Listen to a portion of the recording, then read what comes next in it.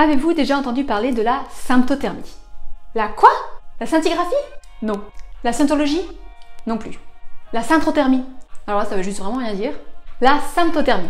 Il s'agit d'une méthode de contraception naturelle et fiable. Si, je vous jure, ça existe. Elle est basée sur l'observation des signes de fertilité de la femme et consiste à éviter les rapports sexuels en période fertile. Et là, il y a la moitié des gens qui se sont barrés.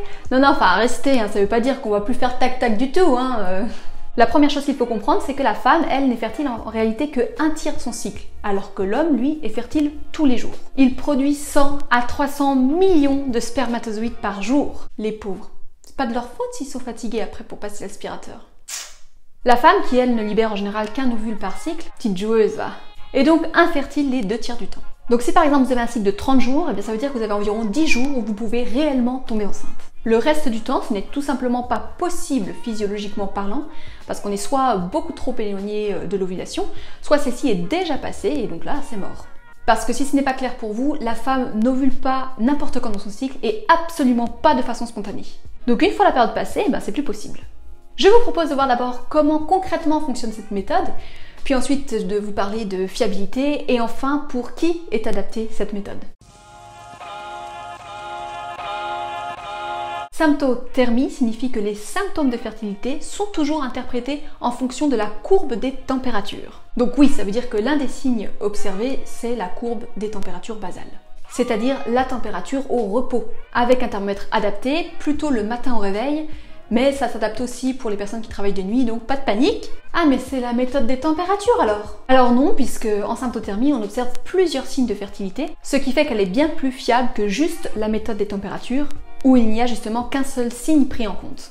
Mais faut prendre sa température tous les matins, tous les jours à la même heure, c'est ça? Non plus, sauf peut-être quand on apprend la méthode parce qu'on n'a encore pas suffisamment de recul sur ses cycles. Mais une fois que la méthode est acquise, on prend sa température seulement pendant la période fertile. Et on n'est pas du tout obligé de prendre sa température tous les matins à la même heure, il faut juste noter à quelle heure on a pris sa température pour pouvoir après ensuite interpréter ces données. Quant aux tous les jours pendant la période fertile, on peut quand même oublier un jour ou deux de prendre sa température pendant sa période fertile, et ça reste interprétable. Par contre, si vous y pensez un jour sur deux, ça va pas être pratique. Il y a quand même des limites. Un autre signe que l'on va observer en symptothermie, c'est la glaire cervicale. La quoi? La glaire cervicale. Oui, c'est moche comme mot. C'est pas moi qui l'ai inventé, mais c'est dégueu! Entre nous, je trouve le sperme bien plus dégueu en fait. Ça grouille de bébêtes là, de tétards. Et si tu te demandes pourquoi glaire cervicale, c'est pas parce que c'est fabriqué au niveau des cervicales. C'est pas là que ça se passe. C'est juste que col de l'utérus en latin, ça se dit cervix. Donc ça vient de là. Il s'agit d'une sécrétion produite par le col de l'utérus en période fertile et qui permet la survie des spermatozoïdes. Ça les maintient en vie plusieurs jours sur cette planète hostile. Tu sais, le vagin. Très hostile le vagin. Méfiez-vous. Cette sécrétion peut donner cette sensation d'humidité, de mouillé, voire de lubrification au niveau de la vulve et du vagin. Et ça, c'est déjà un signe important en symptothermie parce que ça veut dire qu'on est fertile. On va aussi tenir compte de l'aspect de ce fluide, de sa qualité, qui, elle aussi, va nous informer sur notre état de fertilité. En effet, la glaire cervicale varie au cours du cycle et elle peut ressembler à du yaourt nature, à de la faisselle ou encore à du blanc d'œuf cru. Mais ça peut aussi ressembler à du yaourt au blanc d'œuf et à du blanc d'œuf avec du yaourt, enfin... Il y a tout plein de nuances en fait. J'aurais aussi pu dire ça ressemble à de la morve. Non, en fait, j'aurais pas dû dire ça. Observer ces sécrétions, c'est quelque chose qu'on n'a clairement pas l'habitude. Mais la plupart des femmes, avec un peu d'entraînement, arrivent à les repérer. À cela, on peut ajouter un troisième signe, le col de l'utérus. C'est un signe qui n'est pas obligatoire en symptothermie, mais qui peut être supplémentaire, ou qui peut venir remplacer l'observation de la glaire si pour X raison la femme n'arrive pas à faire ces observations. Pour ce symptôme-là, on apprend à repérer sa position, c'est-à-dire s'il est plutôt haut ou bas, son ouverture et sa fermeté. En période fertile, le col est plutôt haut, ouvert et mou, et l'inverse en période infertile. Tout ça, température, glaire et col, sont des symptômes que l'on observe uniquement en période fertile. Ça vous prend pas 2 heures dans la journée, non. C'est plus rapide que de se laver les dents en fait. Et pendant cette période fertile, soit on s'abstient de rapports sexuels, soit on utilise une méthode barrière. Voilà, comme ça, c'est très efficace en contraception. Non, ça marchera pas en contraception, ça. C'est une méthode barrière comme le préservatif. Ça se met pas sur le nez si jamais, c'est pas très efficace. Ça tient pas en plus. Bah merde, j'ai mis dans le mauvais sens là maintenant. Même pour le Covid, je pense que c'est pas très efficace comme ça non plus. Ça colle, c'est dégueu. Soit on fait l'abstinence partielle, c'est-à-dire pas de rapport avec pénétration. Mais de toute façon, c'est pas fiable ce truc, ça marche pas. les méthodes naturelles, c'est... Enfin...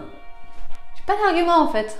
Attention de ne pas mettre toutes les méthodes naturelles dans le même panier, comme c'est malheureusement très souvent le cas. Bien sûr que parmi les méthodes naturelles, il y en a plein qui ne sont pas fiables, mais ce n'est pas le cas de la symptothermie justement.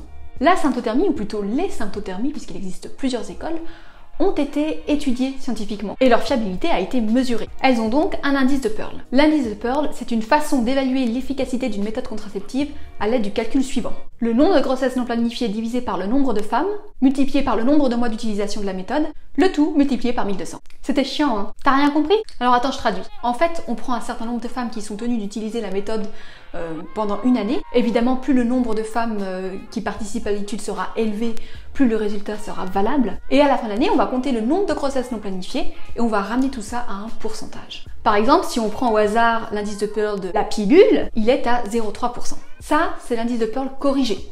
C'est-à-dire quand on utilise la méthode de façon parfaite. Sans les j'ai oublié ma pilule, je l'ai vomi, je l'ai pris beaucoup plus tard que d'habitude, etc.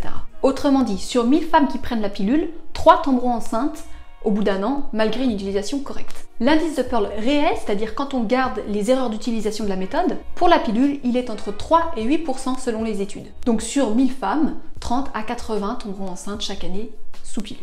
Maintenant, pour ce qui est de la symptothermie, alors je vous ai dit, il existe plusieurs écoles, et certaines n'ont pas été évaluées scientifiquement parce que ça demande quand même pas mal de sous-sous, mais il y a une école de symptothermie, l'école allemande NFP Sensiplan, qui elle a mené une étude de fiabilité à l'université d'Heidelberg en 2007 sur environ 1700 utilisatrices et plus de 8600 cycles. Et le résultat a été 3 grossesses non planifiées, ce qui donne un indice de Pearl de 0,4% dans son utilisation optimale, c'est-à-dire avec abstinence en période fertile. Et dans son utilisation réelle, c'est-à-dire avec l'utilisation d'une méthode barrière pendant la période fertile, comme le préservatif, l'indice de Pearl est à 1,8%, ce qui reste très correct. Pour être tout à fait transparente avec vous, cette étude a été par la suite critiquée par une autre analyse réalisée en 2018 sur plusieurs méthodes naturelles et a été qualifiée de modérée en termes de rigueur. En effet, ils ont gardé dans l'étude des femmes âgées de 40 à 45 ans, alors même si elles avaient un cycle, on est quand même clairement moins fertile à cet âge-là, donc c'était peut-être pas bien malin. Après, sur l'ensemble de la population étudiée, elle ne représentait qu'environ 3%. C'est pas énorme, mais quand même, ça a pu impacter un petit peu l'indice de Pearl. Ils ont aussi gardé des cycles où on ne sait pas s'il y a eu des rapports sexuels ou non. C'était pas noté dans le tableau, donc potentiellement il pouvait ne pas y en avoir. Et là c'est quand même con quand on veut connaître la fiabilité d'une méthode contraceptive. Ils auraient dû retirer ces cycles de l'étude pour être tout à fait corrects dans leur analyse, surtout que ça représente quand même 15% des cycles. Ouais, ça fait mal là. Bon, malgré tout, il y a quand même eu des grossesses non planifiées dans ce groupe de cycles, ce qui veut bien dire qu'il y avait quand même des rapports sexuels. Mais voilà, c'est pas garanti pour tous ces cycles qu'il y avait bien des rapports sexuels. Tout cela fait que, dans la réalité, l'indice de Pearl est probablement un peu plus élevé. L'OMS, elle, donne un indice de Pearl de moins de 1% dans son utilisation optimale et de 2% dans son utilisation réelle. Autrement dit, c'est à peu près l'équivalent au stérilet au cuivre. Et donc ça reste quand même une très bonne efficacité. Vous pourrez retrouver les détails de ces études en bas dans la description. On va passer maintenant à la dernière étape, c'est-à-dire pour qui est adaptée cette méthode. Mais avant, êtes-vous abonné à cette chaîne? Un tirage au sort sera bientôt organisé parmi les abonnés de cette chaîne et tu pourras peut-être gagner un dîner en tête-à-tête avec Colin Farrell si tu t'abonnes. Bon, techniquement, il m'a pas encore tout à fait sponsorisé la vidéo. Je lui ai envoyé un email. Ça fait 3 mois. J'ai pas encore de réponse. Mais on sait jamais, je veux dire, peut-être sur un malentendu... Enfin, en tout cas, ça serait bête de ne pas t'abonner parce que juste au moins au cas où, tu vois, enfin... Voilà. Bref. La symptothermie, comme pour toutes les contraceptions, ne convient bien évidemment pas à tout le monde. Il faut bien sûr avoir envie de s'observer, être curieuse de son corps. Ça demande un peu de rigueur au début, mais comme je vous l'ai dit, ce n'est pas non plus pour tout au long du cycle. La symptothermie, c'est une méthode qui s'apprend.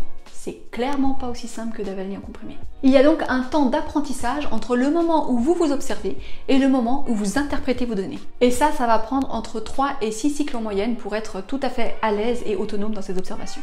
Quand je parlais de fiabilité tout à l'heure, ces chiffres reflétaient des femmes initiées à la méthode, formées.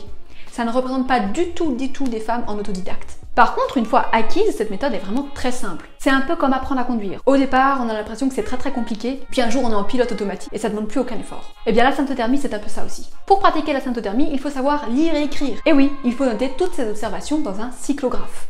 Un tableau en gros. Il ne faut pas la confondre avec une méthode traditionnelle.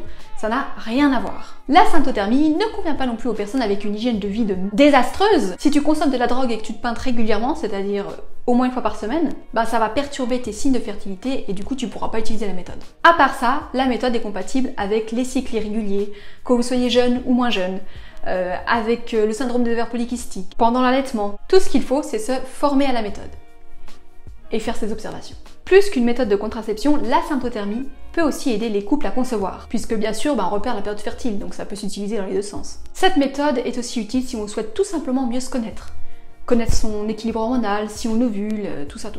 Et surtout, c'est une méthode 100% naturelle et fiable. Et les deux ensemble, en fait, c'est assez rare. Hein. Et le plus, après avoir acheté ton thermomètre et t'être formé à la méthode, cette contraception ne te coûte plus rien. Et ça, pour toute ta vie fertile. Bref, en réalité, la symptothermie, c'est bien plus que juste une méthode de contraception, parce qu'elle peut avoir d'autres utilités dans la vie. Voilà, j'espère que ça vous aura plu. N'hésitez pas à me dire ce que vous en avez pensé en commentaire. Et si vous voulez soutenir la chaîne, n'hésitez pas à liker, partager, à vous abonner. Vous pouvez aussi me suivre sur Facebook et Instagram. Bisous bisous.